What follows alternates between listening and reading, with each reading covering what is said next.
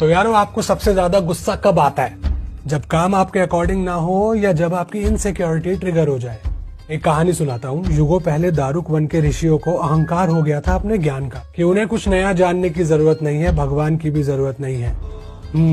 उनके इसी अहंकार को परखने के लिए ब्रह्मांड की दो विपरीत ताकतें विपरीत रूपों में आई। नारायण आए मोहिनी के रूप में, अद्भुत आकर्षण जिन्हें सब पाना चाहते हैं, और महादेव आए भिखारी के रूप में, नाम था भिक्षाटन और देने के लिए कुछ भी नहीं।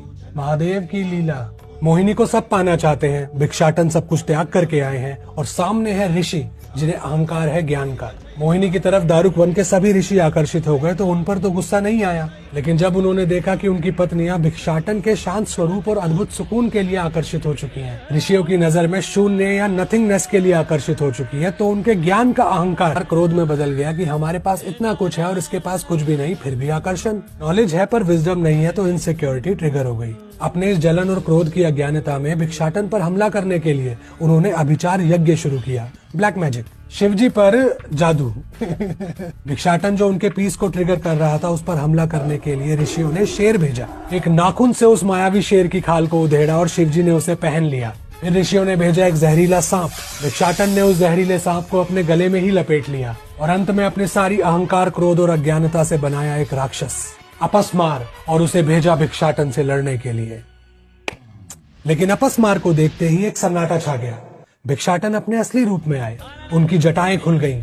जटाओं से चमकती हुई गंगा बहने लगी। हर तरफ नए तारे, नए ब्रह्मांड बनने लगे। मस्तक पर शीतल चंद्रमा, एक हाथ में डमरू, एक हाथ में अग्नि, और भिक्षाटन ने अपस्मार पर पैर रख दिया। उसे मारा नहीं, बस दबा दिया, क्योंकि अज्ञानता का जीवित रहना जरूरी है कुछ भी नया सीखते रहने के लिए। भिक्षाटन यानी कि शून्य के रूप में वो ऋषियों का अहंकार तोड़ चुके थे। अब उनकी अज्ञानता पर पैर रखकर किया उन्होंने आनंद तांडव। दारुक वन के ऋषियों ने अपनी अज्ञानता पर नाचते हुए शिव में सृष्टि की 5 क्रियाओं को देख लिया। उन्होंने समस्त सृष्टि को ही देख लिया और दिया उन्हें नमन करके एक नया नाम, नटराज।